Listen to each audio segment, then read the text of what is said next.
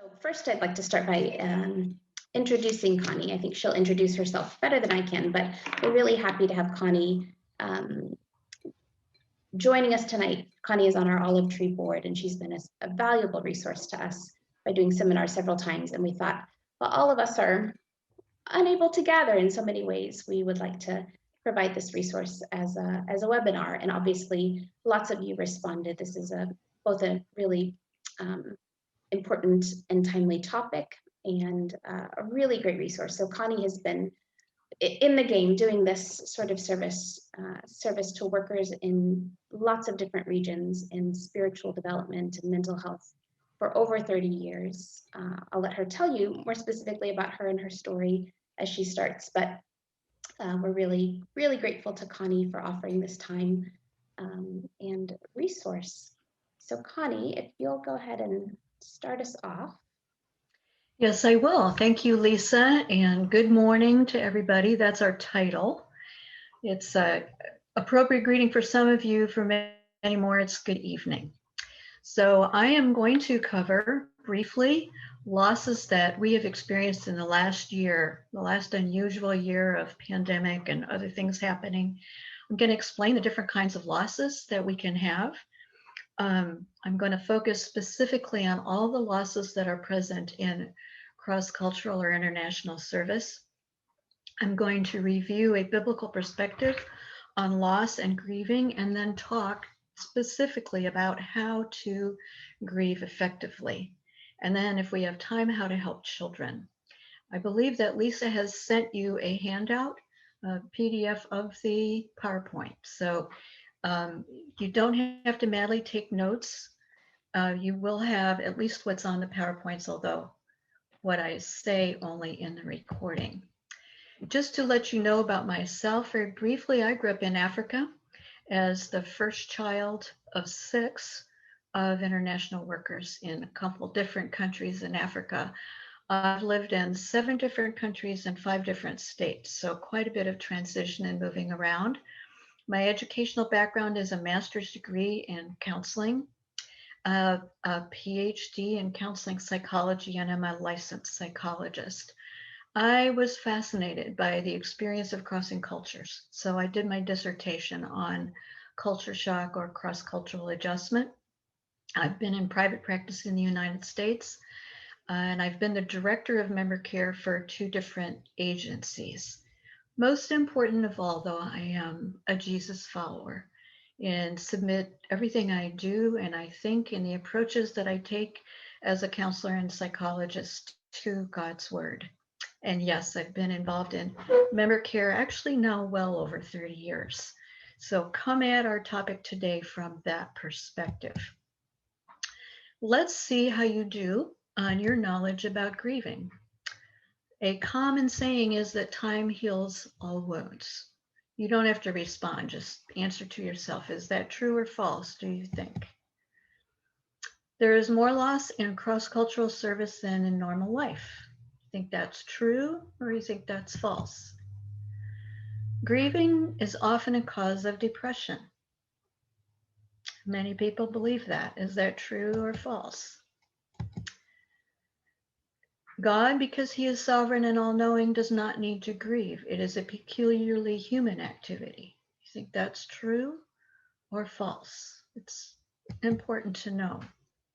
An accumulation of small, unrecognized, and unmourned losses can cause as much damage as one large loss. True or false? And finally, appropriate mourning of loss is essential to true joy. True or false? No, actually, there's one more question. Knowing how to mourn is a skill and can be taught. Hence this workshop. Yes, that one's true. All right. I actually learned about grief by coming through the back door of studying joy. In my 30s, I felt that knowing that joy was a fruit of the Spirit, I was somewhat surprised to find that I was not really a very joyful person. And I thought, I wonder why that is. So I started studying joy. I read a number of secular authors and studies, and I also studied God's word. I took Cruden's Concordance and looked up joy for your information, there are like 2 pages of references on joy in the Bible. And I looked up every single one and studied the context, and I found out a lot.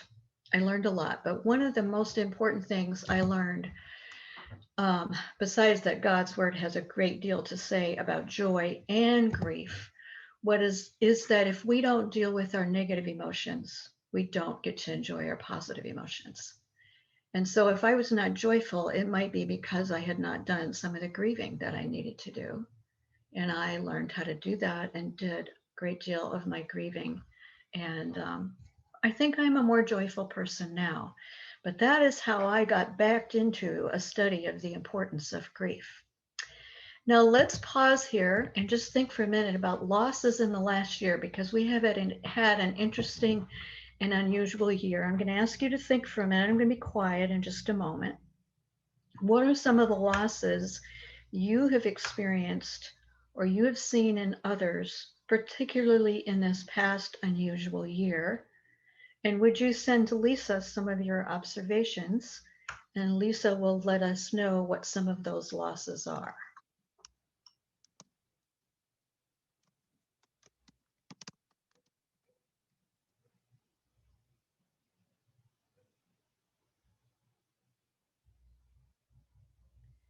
Several coming through already. Loss of community. Loss of community, okay. Unable to provide face-to-face care. Time with Yes. family and friends has been lost. Yeah. Loss of people in general. Loss of freedom. Yes. Someone says they missed their daughter's wedding. Oh. Time away or time with family after years of being away. Loss of connection. Yeah. Loss of travel. Social contacts. Church. Loss of travel to points of need.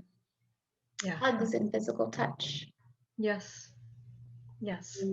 Okay, thanks, Lisa. I appreciate all of you sharing. At one point, I think back in September, October, I just felt really weighed down and sad and heavy. And I thought, what is this? And I realized it's grief.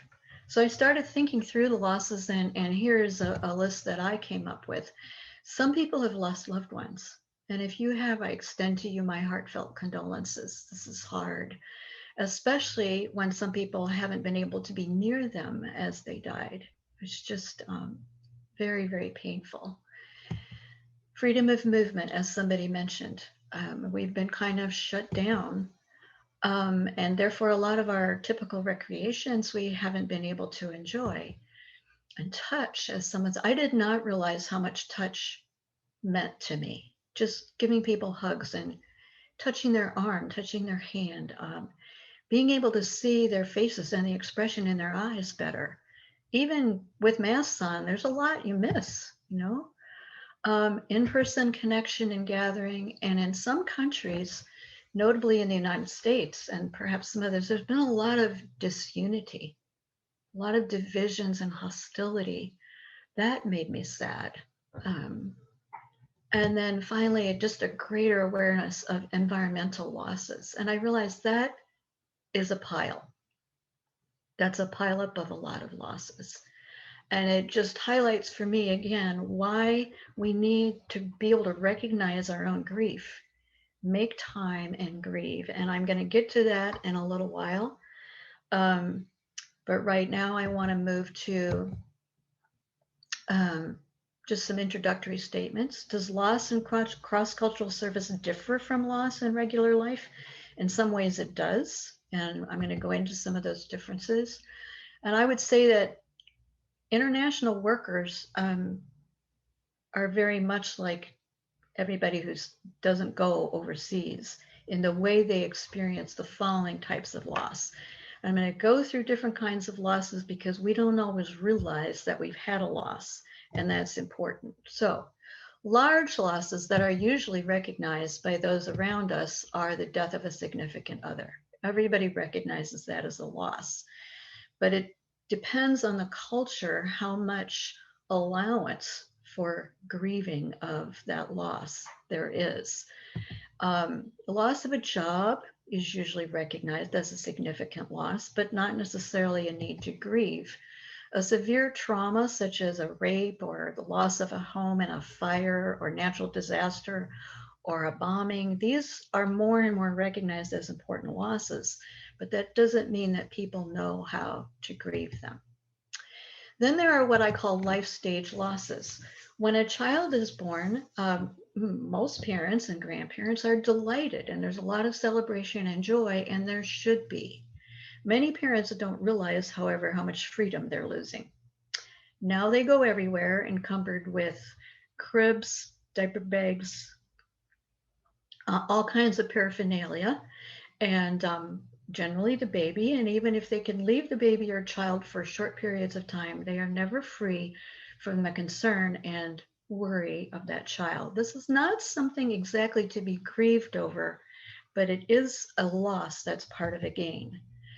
When the child goes away to school, the child loses the safety and smallness of the home environment, and the parents, if the child is being taught by others, lose complete control over the life of that child. When young people go away to college, they are usually celebrating and delighted to go off to college, but there are pangs of homesickness, and the parents sometimes are grieved, hurting, and or relieved to get to have a little bit more privacy and a little more freedom in their own lives. Usually these life stage losses reflect combinations of sometimes contradictory emotions. And it's just important to recognize that both the positive and the negative, or the grieving, are mixed together. Graduation, therefore, is often a time of celebration, but it's also a time of ending of certain phases of life. And therefore, recognizing the losses entailed is important.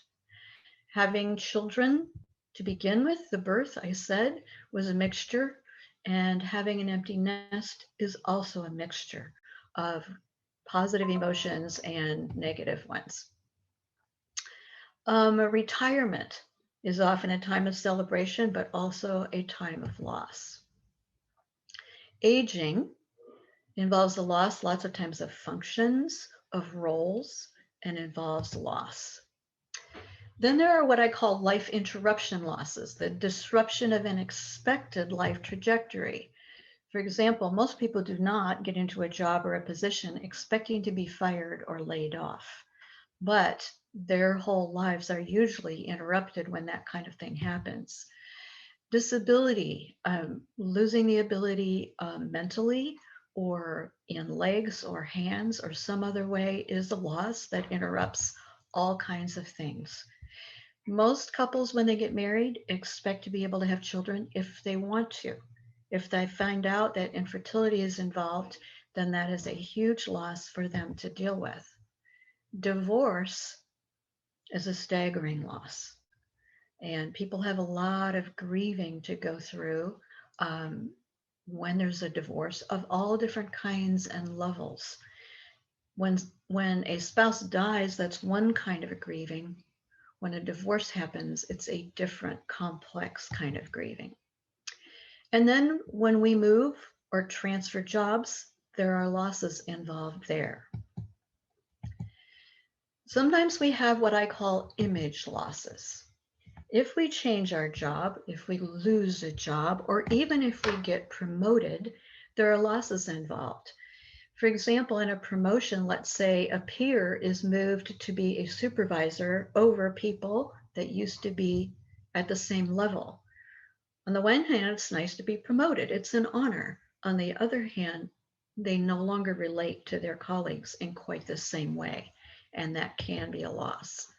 A role change or addition. I remember when we adopted my little daughter, and I was so delighted. It was something I had looked forward to for so long, but I did find that my role really changed. I now had to figure out before I went into a counseling appointment, did I have graham cracker crust or some kind of other baby thing on me, and make sure that I was presentable. We can have the loss of a dream or a possibility. Sometimes what used to be possible isn't possible any longer, or we get to an age where we realize what we dreamed of maybe someday doing is going to require an amount of education or work or other things that simply aren't possible any longer, and that dream is fading. Sometimes we have a loss of hopes in regard to reconciliation with somebody, or something that we hoped somebody would turn out to be, something we hoped we would turn out to be. And when it's appropriate to recognize that we are losing that hope, it's also important to recognize that we may need to grieve that loss. I just want to highlight for a moment here that betrayal needs to be recognized as a loss. Whether someone criticized us, slandered us, stole from us, lied to us, or did not act as we think a leader should have acted, that constitutes a loss. Now, betrayal is more than just a loss, but one of the things we often need to do is grieve the losses involved. Loss of trust, for one thing, maybe loss of a particular worldview, that things are going to turn out or people are going to behave in a particular way, and we find out that lo and behold, they don't. We have to adjust our worldview. We may lose a sense of safety. We may also need to forgive, repair, confront, reconcile, or do nothing. And how we handle a betrayal is really a matter for prayer and considerable thought and reflection, and maybe getting some good advice. But one thing for sure we need to do when we've experienced a betrayal is grieve the losses involved. There are losses of little things. If you've ever lost a phone or had your computer crash, you probably didn't cry, but there might have been weeping and gnashing of teeth. We can lose a favorite chair, the perfect knife, a cherished book, or our keys. These aren't usually things we grieve over, but they can pile up and add to other things that are going on in our lives. Relocation is something that you heard I've done a lot in my life. I counted up once, and it was 37 relocations, and then I stopped counting. And some of you move around quite a bit. So it's important to recognize that relocation involves a lot of losses. We lose the proximity of friends and family. We lose stability and predictability, familiarity, known community, everyday automaticity. And that's just one kind of loss. I'm going to go into some of these things more as we explore losses unique to international living. So I'm going to come back to that. But one other type of loss that's important to recognize is things you never had. You might think, well, I never had them, so how could I have lost them? But they still constitute a loss if you wish you would have had them. If you wish you would have had a relationship of a certain kind. In my career as a psychologist deeply involved in cross-cultural service, I sometimes wished for female mentors to just help me think through things. There were wonderful female role models. They weren't necessarily close enough to me at the time to provide mentorship. Opportunities. Some people have wanted to study something or learn a particular skill or do a certain kind of travel, and that opportunity has really not been there. For some, they didn't have an intact family, or their family was very dysfunctional and therefore didn't provide them with what they needed. Some children don't know who their father was, don't know who their mother was, or don't know either parent. They were raised by grandparents or they were adopted. Some people don't have very much extended family, or extended family is estranged. Some people have not had a happy childhood, and there's a great deal of grieving to do over losses there. And some people did not have a safe childhood, and the same holds true. Some people wish for marriage, and so far that has not worked out in their lives. And some people wish to have children and have not had children, and that is a loss.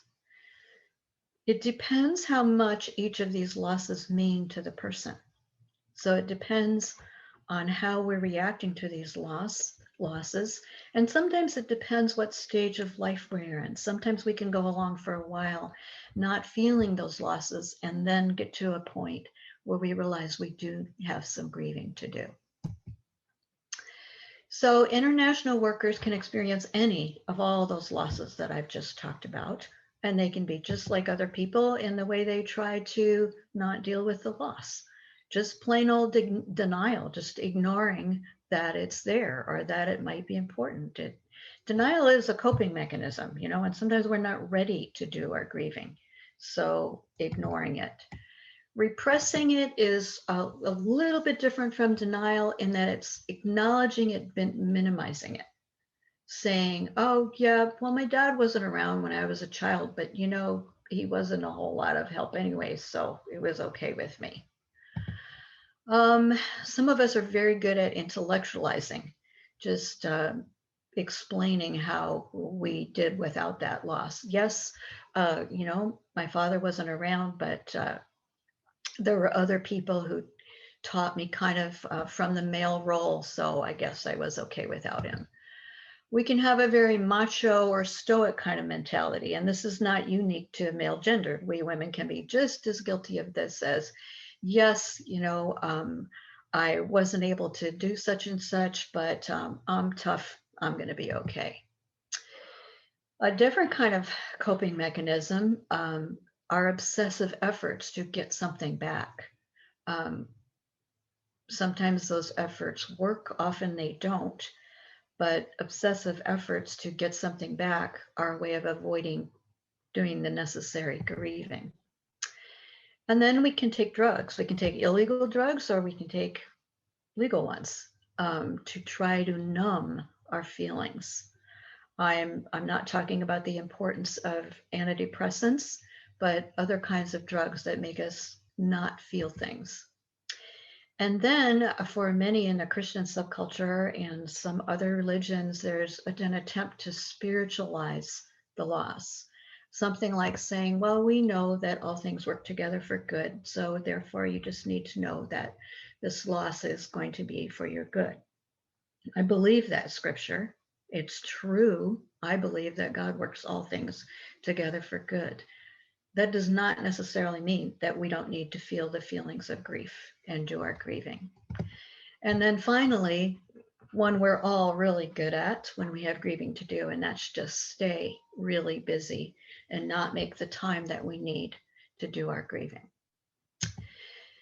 For the general population, as well as for international workers, there seems to be a lack of education about the need for grieving, except perhaps in the case of the death of a significant other. And at least in the US now, I'm not sure about other countries, but there are grief groups, there's grief share and other things that are specifically set up for people grieving the loss of a significant other. And sometimes there are groups and helps for people who have experienced a particular kind of trauma. But even then, there's a lot of ignorance about the need for grieving well and instruction in how to do so. And I've found working in a Christian subculture or subcultures that there often exists this kind of uneasy suspicion that grieving really isn't okay, that if we were just spiritual enough, if we just had our theology straight, we wouldn't really need to grieve, which is just plain not true. But international cross-cultural living differs from that of the normal stay-at-home population in that there's more loss, which means that if there's more, which I'm going to demonstrate, we really need to know how to have our theology straight and know how to grieve. So I think from many years working with the population of international servants and being part of it, that there is more loss, and that erroneous assumptions about and lack of spiritual grounding has a more pervasive impact on the international worker and on the worker's constituency. What I mean by constituency is their constituency at home, people who support them, people who know them, and their constituency of people that they minister to.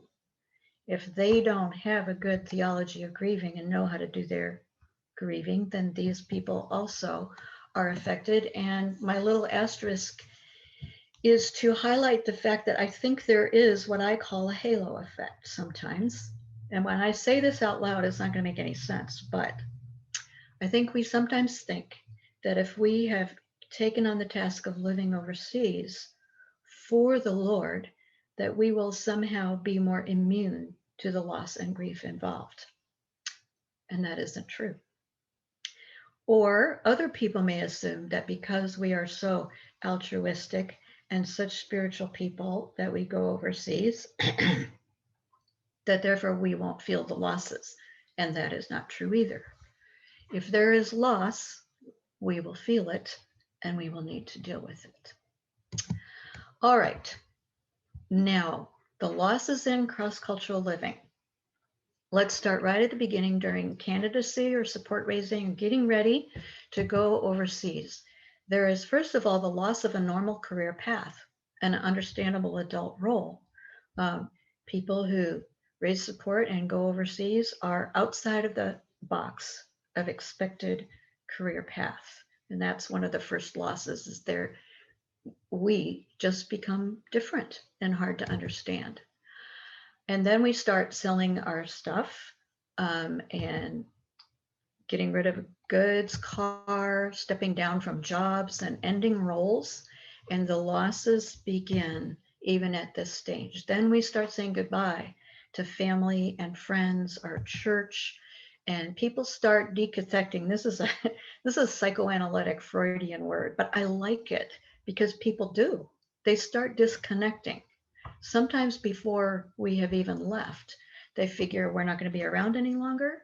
So it's not that they're not friendly, they just don't connect in quite the same way.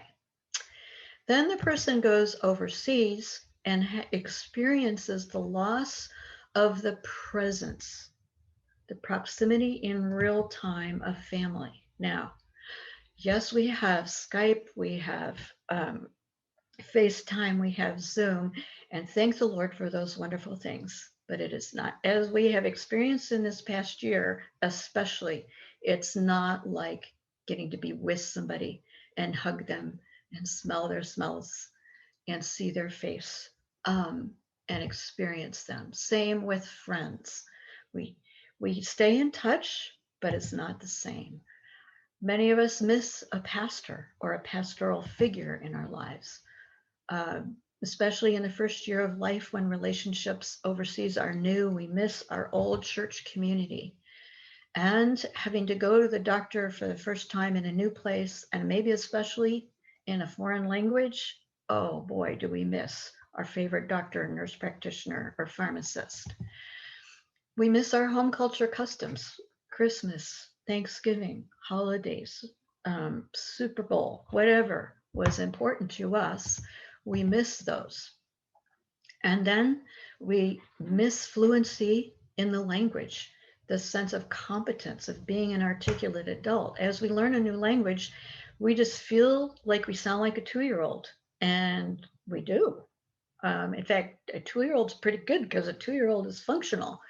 But it is not fun to feel like we sound stupid and come across as stupid and cannot express ourselves. As we move overseas, also who we were ceases to matter very much to those around us.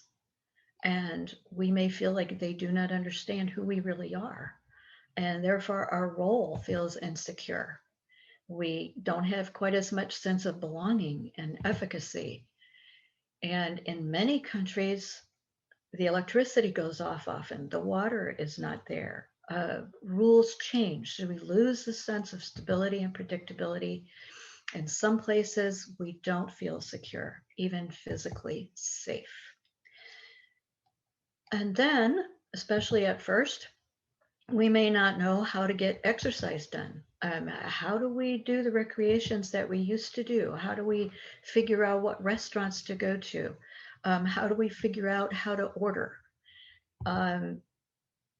Many of these first year losses are temporary, thank the Lord. People figure out how to do exercise, how to get recreations, how to go out and have fun, how to learn their way around. But the simple fact is that I just did 3 slides of lists of losses in the first year. That is a lot of loss. And if you're in your first year or you're working with people in the first and second year, keep in mind that they're carrying a burden of significant loss. I've written a workbook called Sojourner's Workbook that's designed especially to deal with some of this stuff in the first year. There's a chapter in there on grieving. And if you think those tools can help you, whether you're in the first year or later on, it's available through Amazon.com. But let's continue looking at losses. Let's say in the midlife of the overseas international servant, there are the ongoing losses from the home culture, rituals, holidays, family gatherings. We miss the positive ones, weddings, births, and graduations.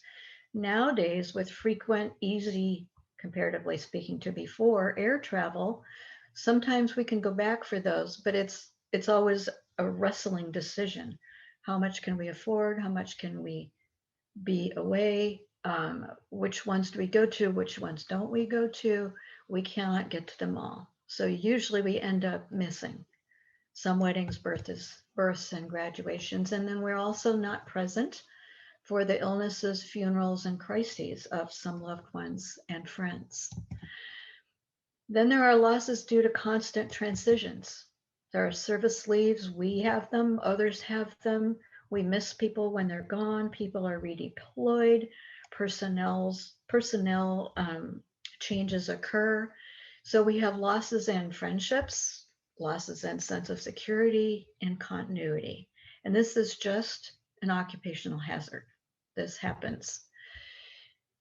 Also, there can be financial pressures, whether it's due to loss of donors, currency exchanges, cost of living increases, travel.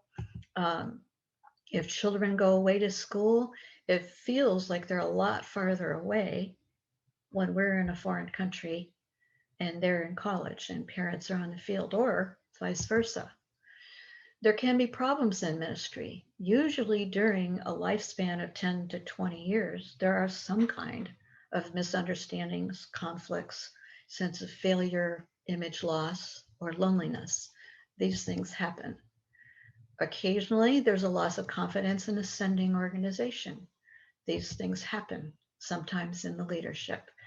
These are losses that add up on us, and we don't necessarily cry, but sometimes they get heavy, and we need to take time to reflect and deal with them. In the later life of your overseas servant, there can be health problems, but without the home country resources to deal with those. And if the long-term international worker goes back home to retire, again, they feel how different their career path is. It's not like being a doctor or a lawyer or a pastor who resettles in their hometown. There are a lot of decisions to make as your international servant returns home. In fact, a return to the home country, whether it's at retirement age or mid-career, actually represents as much or more loss as the original deployment. So those who go back have a lot of return shock and grief to think through. If you think about it, if you've been overseas for a while, you have a lot of friends, colleagues, you have an identity, you have a role, you've got familiarity, rewarding activities. And if you change them and go somewhere else, even if it's supposedly home, you lose a lot of things. And you don't exactly fit into your home culture any longer in quite the same way. So there are good things about it. It's not all negative, but there are some losses involved. And there's not quite as much orientation and preparation for returning supposedly home as there is for getting ready to go to the field. All of this to say that if international workers don't have the ability to mourn all these losses appropriately and a biblical and theological perspective that helps them do so, then they're not going to survive the accumulation of losses in a healthy way. And some don't. As I've worked with international workers over the years, I would say the two major issues that recur over and over again are an inability to rest sufficiently and a pileup of ungrieved losses, which is why I've developed this workshop. So let's spend a few minutes sharing a biblical perspective on loss. I find in many Christian subcultures today that people are ambivalent about emotions. They, I think correctly, distrust the kind of humanistic New Age idea of that it's fine for us to look out for number one and just express our emotions and not worry about whether they harm other people. We just have a right to be who we are and express our emotions. And no, that is not a healthy viewpoint. But some people forget that we're made in God's image, and God is an emotional God. Philip Yancey, in one of his books, talks about how he was once stranded in a cabin in the mountains of Colorado. And so he read the Bible from cover to cover, from Genesis to Revelations. And his overriding impression was, wow, we have an emotional God. We have a God who clearly expresses anger, regret, and sorrow. But many Christians need help understanding that emotions is not the problem, being ruled by them is. The biblical perspective is that we are not to be ruled by emotions, rather by accepting and examining those emotions, we are to submit them to the rule of God's Spirit. There's a good clue in Ephesians 4:27 where it says, in your anger, don't sin. It's actually in the Greek and in the imperative form, it says, be angry, but don't sin, which I think implies that we need to take our anger, go think it through, submit it to God, and figure out what to do with it. This principle applies to grief also. In fact, mourning or grieving could be defined as the appropriate process for examining and accepting the emotions related to loss and submitting them to the rule of God's Spirit. So that's our definition. And grief in itself can't be wrong because, as I mentioned a couple slides ago, the Bible shows a God who grieves and laments. Genesis 6:6 says, the Lord was grieved that he had made man on the earth, and his heart was filled with pain. Then there's Hosea, Isaiah, Jeremiah, Lamentations, and Old Testament books that are full of God's pain over how his people were behaving. And it's interesting that the Bible depicts people who grieve. You think of Hannah, who couldn't have a baby and was lamenting that. King David, who lamented a number of things, but most notably the loss of his son Absalom. Then there's the prophets I've mentioned, Jeremiah and Hosea and others. In the New Testament, there's Mary and Martha. And it's interesting to me that none of these people is criticized or condemned for grieving. No, not ever. What's criticized in Scripture over and over is idolatry or a lack of faith, but not grieving. And Jesus said, blessed are those who mourn, for they will be comforted. There's a lot of deep reflection that that statement deserves. In fact, for a moment, let's look at the life of Jesus.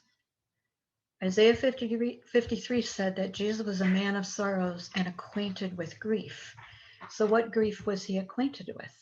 Well, he left heaven. This is a loss I cannot wrap my mind around, and I'm sure you cannot either, but there it is.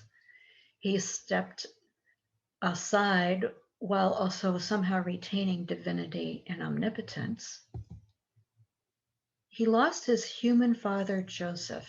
It seems almost certain somewhere along the way, because Joseph's presence is not acknowledged during Jesus' time of ministry. He lost the respect and affection of his hometown. He was betrayed by his siblings in the sense that they also did not believe in him until after his resurrection. That must have hurt. He was often misunderstood by his disciples, who were struggling to understand who he really was. He had no earthly home. Remember that poignant statement, "The Son of Man has no place to lay his head. Foxes have holes, birds have nests, but the Son of Man has nowhere to lay his head." He didn't have a wife or children. And while we understand certainly why this was true, in his culture, it was unusual for a man not to have a wife and not to have children. And he was betrayed by Judas, who was one of his disciples. That's a lot of losses. So when it says that Jesus was a man of sorrows and acquainted with grief, he was. Now I want to take a few minutes here and ask you to break up into groups. I'm going to explain how to do this. Obviously, you're not going to be in a group, but I'm going to ask everybody who is born in January, February, or March, will you please take a good look at this passage in Matthew 14, 6 to 14. It describes what Jesus did after John the Baptist died. I'm going to give some more directions in a minute. Group number 2 is people with birthdays in April, May, and June. I would like you to think about how Jesus reacted at Lazarus' death at his grave. John 11 is a very long chapter. You're not going to have time to read it all, so I hope you remember it well. And look especially at verses 33 and 38.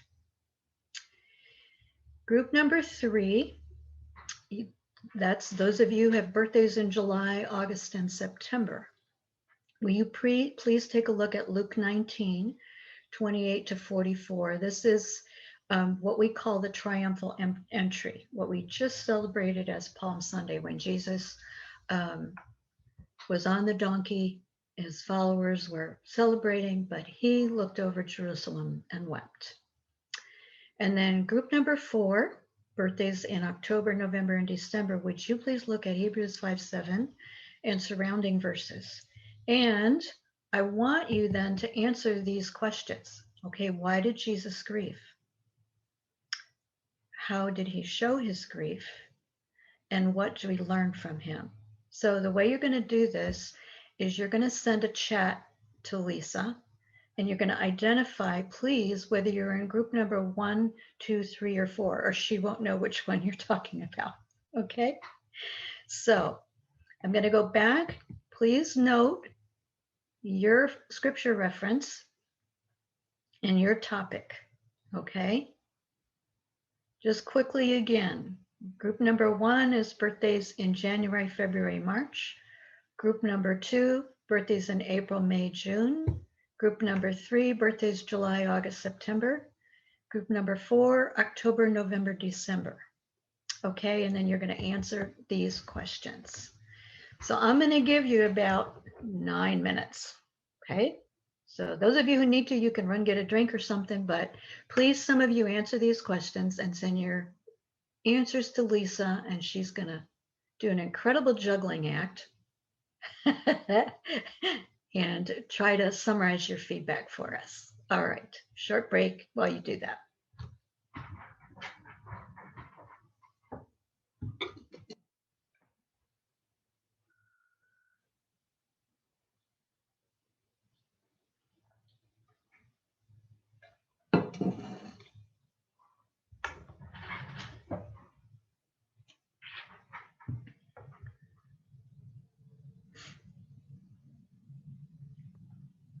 Just a quick note that I don't necessarily need to know which group you're in until you're responding. So I'm not going to keep track of what group you're in until I have a response from you. Good clarification. Yeah.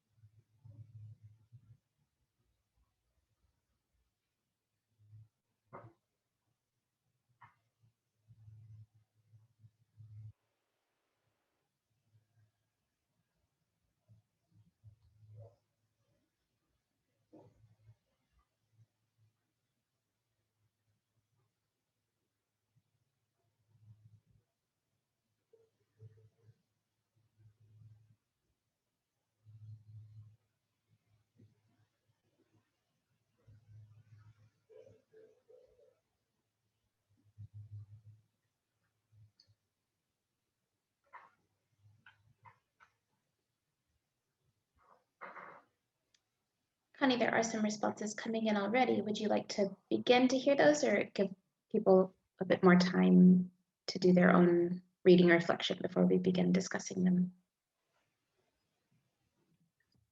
Why don't we start, Lisa? Have you got some from group number 1 on Matthew 14, 6-14? Let me just summarize briefly. John the Baptist is brutally murdered by Herod. He's beheaded. His disciples John the Baptist's disciples bury him, and then they go and let Jesus know. And Jesus gets in a boat and goes off by himself. So what feedback did you get, Lisa, for group number 1? Yeah, so somebody commented that he had a close relationship with him. I think Jesus had a close relationship with John since many years back. He was his cousin as well as a special spiritual bond, even from the womb in some senses. Yeah. Mm-hmm. Also refers from somebody else said that Jesus grieved the loss of a friend and a family member as number 1, and 2, he showed grief by leaving to be alone. Mm-hmm. And number 3, it's okay to take time away from the crowds. Hurting is okay.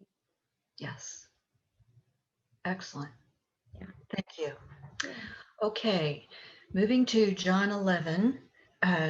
When Jesus grieved at Lazarus' grave, let me just remind you, I'm sure most of you are familiar with the story, but Jesus was several days' journey away from his friends Mary and Martha and Lazarus when Lazarus took sick and died. And Jesus, if you read the account, you can tell he purposely did not go. He went instead after Lazarus was dead, and then he had in-person talks with both Mary and Martha about Lazarus' death. And he wept. And then it says he was deeply moved. So what's your feedback coming from people, Lisa? Mm-hmm. Yeah, they said someone said he first grieved because he saw others grieving. And when he realized Lazarus had indeed died, reality set in. And then he was also himself deeply disturbed and he openly wept. And in his own response, or in number 3, it's okay to show grief. Stopping or pausing to grieve is really important. Mm-hmm. That's right. You know, I like to say that there's a whole theology of grief in this chapter. It's so rich. I really encourage you to read it and study it on your own later. The verb for Jesus was deeply moved in those verses in John is one of the strongest words, emotional words in the entire New Testament. It means in anguish, and it also can mean angry. So it's fair to say that Jesus was really deeply troubled and indignant at this loss. Was he surprised by it? No, because he told his disciples before he went there that Lazarus was dead. My own theory is just that he so empathized with Mary and Martha and Lazarus' friends, and Lazarus was his friend too. He experienced the human side of grief in a deep way and expressed it. And I find that very comforting, because if Jesus wept and was in anguish and deeply emotionally moved with Mary and Martha when he knew he was going to raise Lazarus right away in 10 minutes, we can know that he does that with us as well. He sympathizes. All right, group number 3.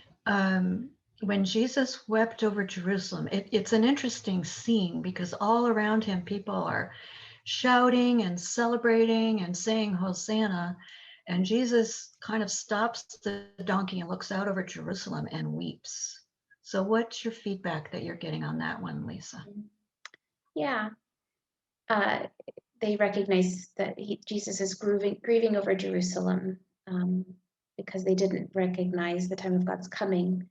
And in response, he wept. And several have said it's okay to show tears, to show emotions, to share them with others. It's okay to weep and cry in public. It's okay to take the time and grieve, even publicly, at loss. Yeah, good. Thank you. Yes. I like to conceive of this as Jesus weeping over a failed ministry. Not that he failed in any way. We know that he did not, but people did not hear and people did not believe. And how many times have we had that experience of advising somebody against a bad decision or wishing that they would accept the gospel and they don't hear, and it just grieves us. And as one of you said, Jesus was in a very public place, and he had no hesitation about weeping and grieving quite openly. So. Somebody also commented that word is stronger than the weeping word in Luke 19. It's more like wailing or sobbing, not just grieving or weeping. Mm-hmm. All right. And then there's this interesting reference in Hebrews 5:7. I've put up the Amplified there. In the days of his flesh, Jesus offered up definite special petitions and supplications with strong crying and tears. Very interesting. Okay. What did you hear from our audience, Lisa? Yeah, that he grieved because he knew what was coming, and showed his grief by fervent cries and tears to the Father. And people pointed out that this is just honest modeling of grief and of prayer and of a way to approach the Father, in grief, in prayer, and petition. Yes. And he models it. It's okay to say to our Father that we don't like something. We don't like it at all. And I'm so grateful for that. I encourage you all to keep these references and to study them again. There is nothing quite as comforting as seeing the modeling of Jesus and knowing that, as one of my favorite quotes from Paul Claudel is, Jesus did not come to explain away our suffering or remove it. He came to fill it with his presence. So according to Isaiah 53, as I've said, Jesus was a man of sorrows and acquainted with grief. Isaiah 53 says he has borne our griefs and carried our sorrows. But I think we need to remember to invite him to keep us company when we grieve. Even though he has allowed the loss, just as he allowed Lazarus to die, and he has allowed whatever loss we're experiencing, he still grieves with us, and we can trust his master plan that includes a purpose for our grieving and the comfort of his presence. Another reason grieving can't be unspiritual, as if Jesus' example isn't enough, is that Christians are commanded, interestingly, in Romans 15:15, to rejoice with those who rejoice and grieve with those who grieve. I used to give parts of this workshop to pastors in Colombia, and they were very struck with the fact that it's much more powerful to grieve with those who grieve than to preach at them. And I think that's true. And then we're invited to share comfort. 2 Corinthians 1:3-4 says, "Praise be to the God of all comfort, who comforts us in all our troubles, so that we can comfort those in any trouble with the comfort we ourselves have received." And when we have losses and do our grieving and turn to the Lord, then we are much better at being empathetic with others and sharing the comfort we have received. Theoretically, any international worker, believer, should know all these scriptures and have formed a theology of suffering and a theology of grief. The simple fact is, though, that each new loss catches us by surprise and provides us with new chances to expand and apply our experiential theology of suffering, receive comfort, and become better acquainted with the man of sorrows. Now let's go to how to do it. Before I really get into how we need to do our grieving, I want to note that sometimes when a loss has just occurred, there is just too much to do.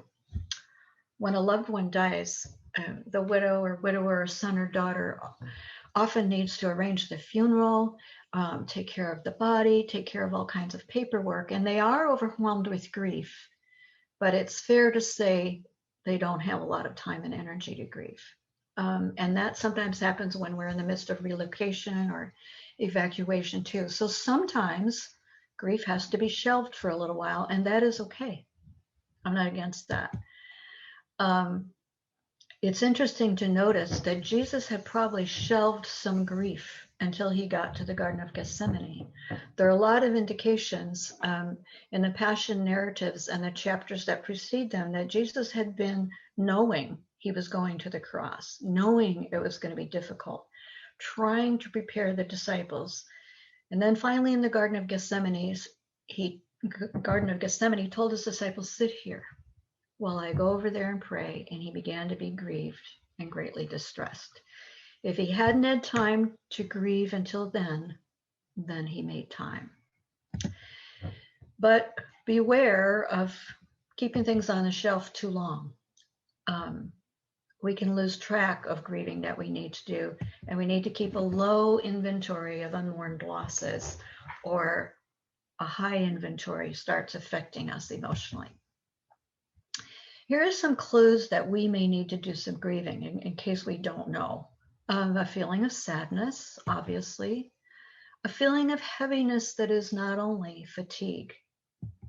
Irritability. We can be easily moved to tears or get a lump in our throat and we're maybe not sure why, and we just don't give ourselves time to deal with that. A nagging sense that something is off or missing. This is what I felt last fall when I realized that I had some grieving to do about this year of pandemic. One time when my husband and I moved overseas with our little children, I had been working and a busy mother, and I finally had full time to deal with the kids, which was great.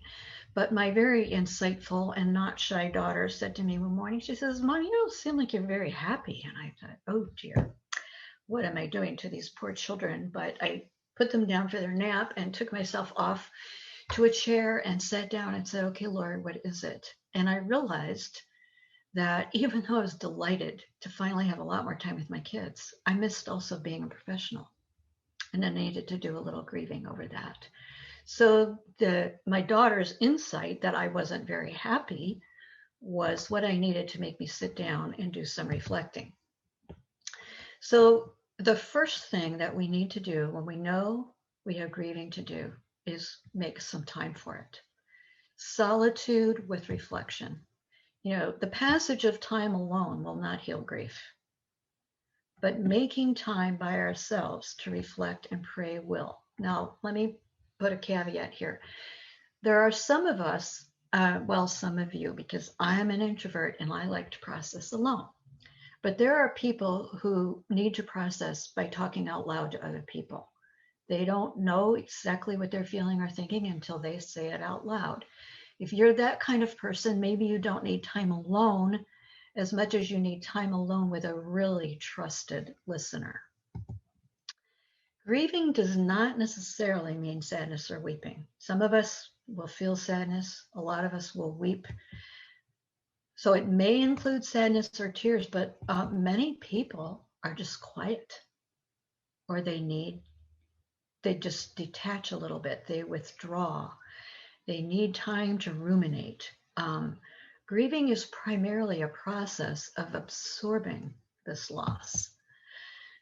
So in that process, we need to acknowledge our feelings and experience them and figure out exactly what this loss means. This can take some time if it's a large loss. Some people do this in kind of a random, rambling way. They eventually get it figured out. But some can be helped, and the grieving process can be, there's no way to avoid it, but it can be streamlined by analyzing the loss. I'm going to explain that in a minute. Journaling, getting the feelings up and out of us. Journaling, for those who like it and can do it, is a very powerful tool. Sometimes we need to evoke the emotions if we've put those emotions on the shelf for quite a while. And I'm going to explain how to do that also. In analyzing a loss, there's just the primary overarching loss. For example, when my mom lost my dad, of course, there was a loss for me as his daughter, but I think the more impactful loss was for my mom as a spouse. A huge loss in her life. Or let's say there's a family that has had to evacuate and leave a country and ministry that they've been involved in for 15 years. That's also a pretty big overarching loss. We can analyze it into secondary losses. So for my mom, she lost her protector, her companion, her sex partner, her co-parent of us 6 kids. As she begins to think of these different roles, they help her understand the waves of grief that come. It's not just one loss, it's 100 smaller losses that she experiences in different ways every day. If we take the example of the family that he had to evacuate, they've lost their physical home, the house they were living in. Their identity has changed because they're now not in that ministry any longer. Who do they say they are? How do they explain themselves? They've lost colleagues and friends that were dear to them in that country and in that place. And they can be in touch with them by email or WhatsApp, but it's not the same. And then we can take it another level deeper and realize that my dad paid the bills. My dad balanced the checkbook. He took care of all mechanical things. And so whenever my mom encounters any of these chores or the absence of my dad doing that role, she experiences another wave of grief. By the same token, this family will miss certain belongings that they had to leave behind or that are useless now. They miss customs from that place, that ministry, those schools, that country. They miss the beach they used to go to. They miss the neighbor's house they would go to. They even miss the climate that they thought was driving them crazy. They miss all these things. So analyzing it just helps us realize the different aspects of the magnitude of a loss that we're experiencing. So the journaling can help with expressing and experiencing the feelings, and it can help in recording the analysis of the different parts of a loss that we keep experiencing. Journaling can help in recounting memories because memories can trigger sadness and tears. They can also trigger gratitude for what we experienced that we have now lost. The format of critical incident stress debriefing that some of you counselors and others of you who have done debriefing are familiar with is helpful. You don't need to remember where it comes from. Just if a person who's going through a loss and grief can write down the facts. Here is what happened. Here's how I lost what I lost. These are the feelings. It's helpful to name them. Here are the interpretations of why this mattered, of what happened.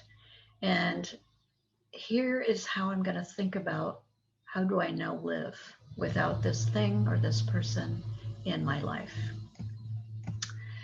If emotions seem blocked, and if we haven't thought about a loss for a while, if we haven't done our grieving, they can be blocked, but we can evoke them by recalling lump in the throat moments.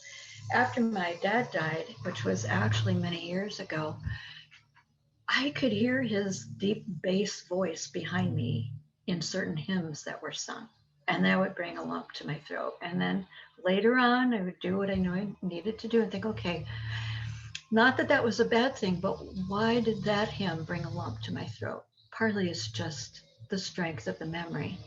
Partly it's because as I sing that hymn, I realize how much I valued his faith and his faithfulness. If emotions are blocked, we can recall and access smells. The olfactory lobe, where our smells go to be recognized, is very close to the amygdala and other parts of the brain that are very emotional. So smells can evoke emotions. Sounds, certain songs, certain sensations. To this day, when David and I, and we've lived in a number of countries, we smell that smell of wet burning wood. It reminds us of the countries we've lived in where that smell was pervasive. We can recall and access memories, and these things, smells, sounds, sensations, memories, photo albums, old movies, they can help us think about what we've missed. And you're hearing my lawn crew. Sorry. They didn't know I was going to do this today, and I didn't know they were coming. In fact, times of solitude can be used to grieve proactively. What I mean is, when we've experienced a large loss, a sudden smell, a piece of music, a memory can kind of catch us and cause a wave of grief. And we can't prevent all of those, and we don't really need to. But by listening to the music, looking at photographs, visiting places or people that trigger emotions, we can kind of do some of our grieving in anticipation and on our own and avoid some of those waves of grief that come. So we can precipitate our feelings of grief instead of being ambushed by them. This doesn't mean we're going to do away with the grief that kind of comes. Triggers will still happen, but we can do more of it on our own by proactively grieving. The emotions that need to surface during mourning and doing our grieving are all of them. Do not be surprised that anger is often a part of grieving. It's natural that sometimes we're angry at the loss. We're not exactly logical creatures. Sometimes we're angry at the person who died for leaving us in a way that doesn't make sense. On the other hand, we feel abandoned. There's often a feeling of protest, of I don't want this loss. I didn't bargain for this. I wasn't ready for it. And that is the emotion that is directed ultimately at God for those of us who are believers, because he allowed this loss.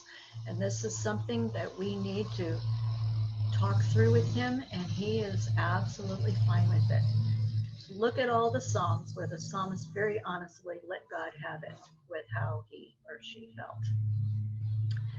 And the protest and anger are some of the emotions that we need to process if grief is going to resolve. Not go away. Grief doesn't completely go away, but it can be more resolved. Sometimes we have ambivalence. We feel sadness and anger, or we'll feel relief that something is over even while we miss it. Like I said, we're contradictory, complex creatures, so we shouldn't expect ourselves to be completely rational about loss. But all of our emotions, whatever they are, need to be thought through. I mean, acknowledged, experienced, accepted, submitted to God in prayer. So can grief be controlled? Well, somewhat. Can the mourning be scheduled? I would say yes and no. The moment of impact, when all of a sudden we feel that lump in the throat over something, or we feel our eyes stinging with tears, or a smell reminds us of something and we just feel a wave of grief, no, those impacts just happen. But the actual grieving, when we sit down to think it through, yes, we can schedule that. My mom experienced a massive stroke in 2012, and although she lived for a while after that, she was not the mom I knew, and I missed her a lot. And every once in a while, I would feel a wave of grief and miss her, and then I would know that I was usually in the middle of something. So I'd think, okay, this evening, then I need to come back to this. And so that evening I would. And actually, I learned that it didn't take very long, that I could just address my grief for mom in privacy, on my own, with prayer, and instead of stuffing it down and not dealing with it. And people fear being overwhelmed by sorrow.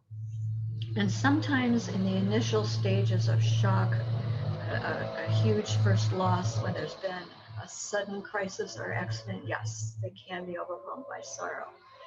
But actually, usually, we can control are grieving and be composed. I have worked with hundreds of people in counseling dealing with grief, and I can assure you that they came composed to the session, sat down, and we talked about their loss. Sometimes they cried, sometimes they sobbed, and by the end of the session, they were composed again and could walk out the door.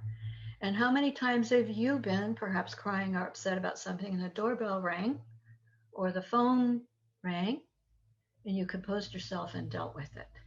So for the most part, we don't need to fear being overwhelmed by sorrow, especially if we create the solitude or find a good listening person and deal with our grief. It's important to recognize that people have really different styles of grieving. Some people need to boo-hoo-hoo all over the place, and some cultures are more like that. And other people are very private, and you won't see them actually dealing with their grieving, and that is okay. There is not a correct style. When we know a loss is coming up, some of us grieve in anticipation. My father died of cancer and was in a coma for a while before he died, and I think I did most of my grieving before he died. Some people do it right in the middle of the loss. Some people do it several months after a loss, and some people do all three. And if you've got a family with 3 or 4 people in it, then you're going to have people with different styles. So you're going to need to not criticize each other and accept that people have different styles, and that is okay. We also need to be aware of what I call the straw on the camel's back factor, and that is that losses can be cumulative. The story is told of an international worker family, and the teenage son, he was in high school, lost a very dear friend to a lightning strike. This was a tragic loss. Then he left the field and went back to the US for college, which that involves other losses. He lost a grandparent, and after that, a family dog died, and he lost it. He just broke down in all kinds of sobbing and tears and was not consolable. And many people thought, wow, he really, really was close to that dog. Well, he was close to the dog, but my theory is that it was just one too many losses piled on top of each other, that he had not really had time and help grieving. And so the dear young man had some work to do. Especially if we haven't appropriately mourned a few losses and they start piling up on each other, we will start feeling that cumulative effect. I also want to let you know that there's what I call the onion operation, and that is that we can do our best to grieve a particular loss. And it doesn't completely go away, but the sharpness of the pain and the waves of grief lower, and then it can resurface to be remourned some more. And the good news is, or it can show a new layer of itself, an aspect we hadn't really grieved before. This does not mean necessarily that we did a bad job. That is just how life is. And sometimes we need to revisit the same old loss and do some more grieving. Stages of grieving a major loss are first shock. There's just that first impact. This can be with a loved one or a major move. There's a lot of numbness. We can't feel it all. Then as time goes by, there's a gradually increasing awareness of the different meanings of that loss, maybe on multiple levels, which is why the analysis can help. But what the person does is they need to conserve their emotional energy. So you may see them withdrawing from certain things. They just don't have as many personal resources. A simple fact of grieving is that it's fatiguing. What we often feel after a loss is tiredness, and obviously a need for solitude. Then as healing begins, it doesn't mean the feelings completely go away, but the person begins to have more energy to deal with everyday life, and there's a renewal and reintegration.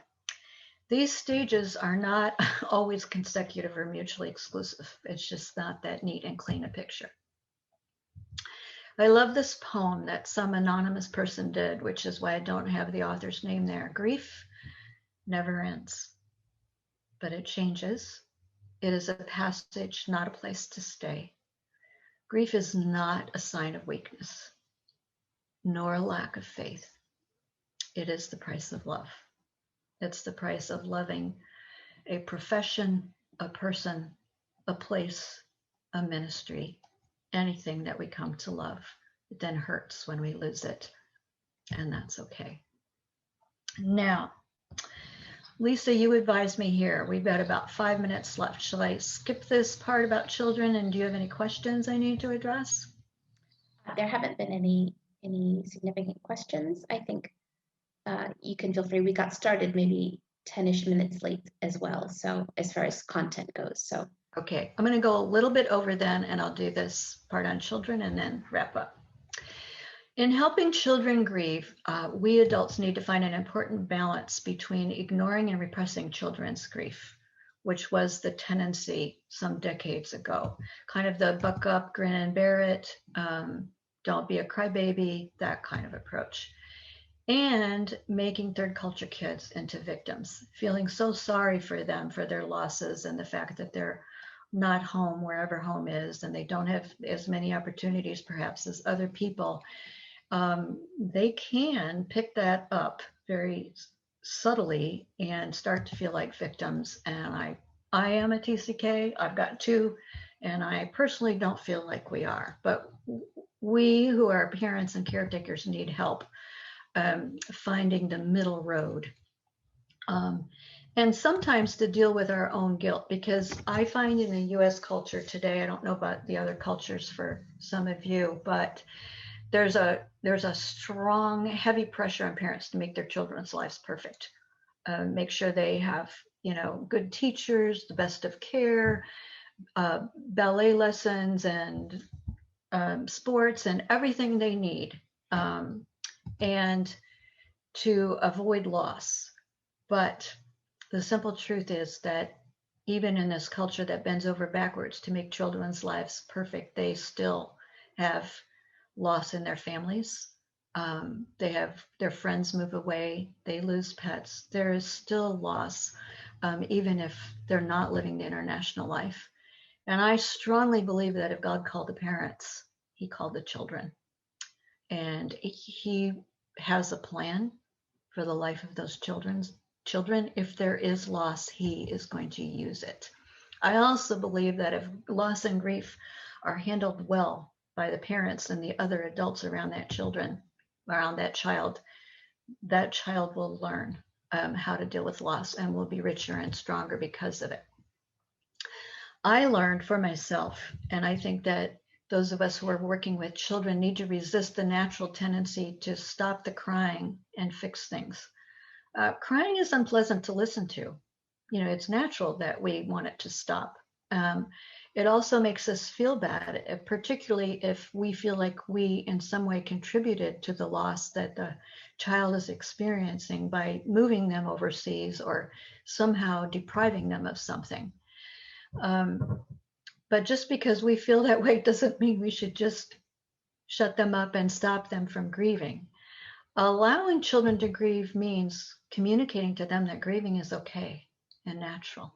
If we've got a loss and we feel sad, it's okay to grieve. We need to let them express anger in an appropriate way, dissatisfaction, sadness.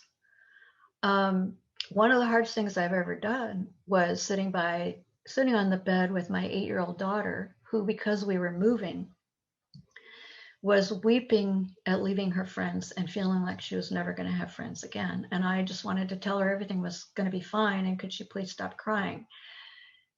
And I knew enough to just stay there with her and grieve. It's not easy to do, but it's important to do.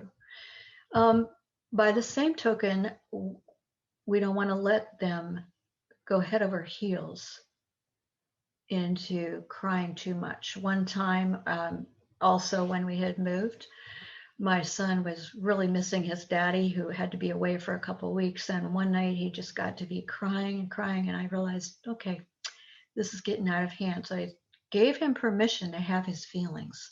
But I said, let's take some deep breaths and settle down here. Pray for daddy, pray for comfort, and not go off into a crying jag that doesn't help anybody. Or children are so smart, they'll use anything to manipulate. And if they feel like we're feeling sorry for them, they can make demands that are unhealthy. It's also really important not to reassure a child too soon that they're going to get over the loss. We don't appreciate that ourselves. And so when my daughter was missing, crying because she was going to miss her friends, it was really important that I not say to her, "You're going to have new friends." I was pretty sure that she was going to have new friends, but she needed to do her grieving over the friends she had. She wasn't ready to hear that there were going to be new ones. What I could do was say, "When I was your age, I had to move, and I really, really missed my friends. But finally, when I got to the new place, I did make some friends." There's a subtle difference between reassuring them too soon and sharing from them your own relevant experience. But the most important thing, as I said, that a parent or caretaker can do is model appropriate grieving. Be honest with kids about when and how losses hurt you. One time in my older third culture kid existence, I was going away to school, and my parents and I had prayed about it, and we were okay with the decision, but I overheard a conversation between my little brother and my mom, and he said, "Mom, do you ever cry?" She said, "Yeah." She says, "I cry sometimes when I think about Connie going away." And that was very helpful to me because we all knew it was a good decision. We were going to live with it, but still I knew that my mom was honest about crying about that, which was a very healthy thing for her to say and for me to know. Explain how your faith fits in to your grief. All of this at a verbal level a child can understand. This is tricky, but it's worth thinking through and being prepared for. When a child is grieving a loss, they may need more solitude, they may need more veg time, they may need more sleep, they might need more hugs, they definitely need fewer lectures. They're just like you and me. And they might need help analyzing the loss at their level. Journaling, telling stories, if they like to do that. Discussion, you can help them evoke emotions in a small group. They can use modalities like clay, Play-Doh, puppets, dramas, drawing, dance to express their grief, and that's very healthy for them. There are some excellent good children's books about grieving, and I bet that Lisa and some of the counselors at Olive Tree have some of those lists. One of my favorites for both adults and kids is Tear Soup, Tearsoup. Great book. A child may also need to know that they don't have to give in to sobbing grief, that it can be controlled. One time when we were moving overseas, my daughter was 4 years old, and we had talked about the fact that we were going to have to give away our cat. She couldn't go along with us overseas. And she knew that, but all of a sudden I was in the midst of having a women's Bible study, and she came running in from outside. Mommy, we're gonna have to leave Cinderella. That was the name of our little gray cat. And I thought, oh boy, good timing, dear. But I got down on one knee so that my eyes were on a level with her. Good thing always to do with a child. And I said, Rebecca, I said, this is sad. I'm going to miss Cinderella too. Tell you what, tonight when I tuck you in bed, we're going to cry together about Cinderella. Right now, I need to go take care of these ladies. And do you know what? She bought it. I mean, I was shocked, flying by the seat of my pants. I didn't know you could do with that with a child, but you know what? You can. The thing is, then that night I had to really remember. And when I tucked her in bed, we needed to revisit the idea that we were going to have to leave our kitty cat, and cried a little bit, prayed about it. And so even children can, if they need to, delay the process of grieving a little bit. They need to know that people have different styles of grieving too. Theirs might be different from a sibling's or a parent's, and that is okay. And losses can accumulate for a child as well, and might need to be mourned in layers over time. Some important differences between adults and children are that what children grieve or consider a loss might surprise an adult. A child might really miss leaving video games or a particular toy, whereas we tend to think of people. A child's timeline is different. 6 months might feel like half a lifetime to a child that's only 4 years old or 6. In essence, it is. A child might seem to be in flagrant denial about a loss, and they might be. And remember that denial is a coping mechanism. And depending on what's going on, you might need to just let them get to their grieving when they're ready to. They usually will do that. It does usually resolve in time. For both children and adults, when the protest stage is over and the loss is beginning to be accepted and absorbed, a person can be encouraged not to replace the loss. We can't replace people. We can't replace ministries. We can't replace usually the things that are lost, but we can rebuild around the loss or losses. I was working with one woman in counseling, and they had had a huge family tragedy. And we used the metaphor of there being a hole in the middle of their family room floor. That's what it felt like to her. There was a hole in the middle of their house, and people were having to kind of walk around the hole. And she said, I don't want to fill in that hole. What we lost is important. I don't want to just pretend it didn't happen. So the metaphor we came up with is that we would build a fence around that hole, and we would build bridges across the hole. So the hole was still there to acknowledge the importance of that loss, but people, including her, were not going to fall into it. Now, rebuilding doesn't work well if the loss has not been mourned. So we need to do our grief work. Rebuilding includes planning how to cope and compensate for whatever that loss meant in our lives. For a widow, for example, how to manage new relationships, how to get tasks done, how to still have fun. For an international worker in transition, how are they going to meet new people, look for friends, find new hobbies, get spiritual food?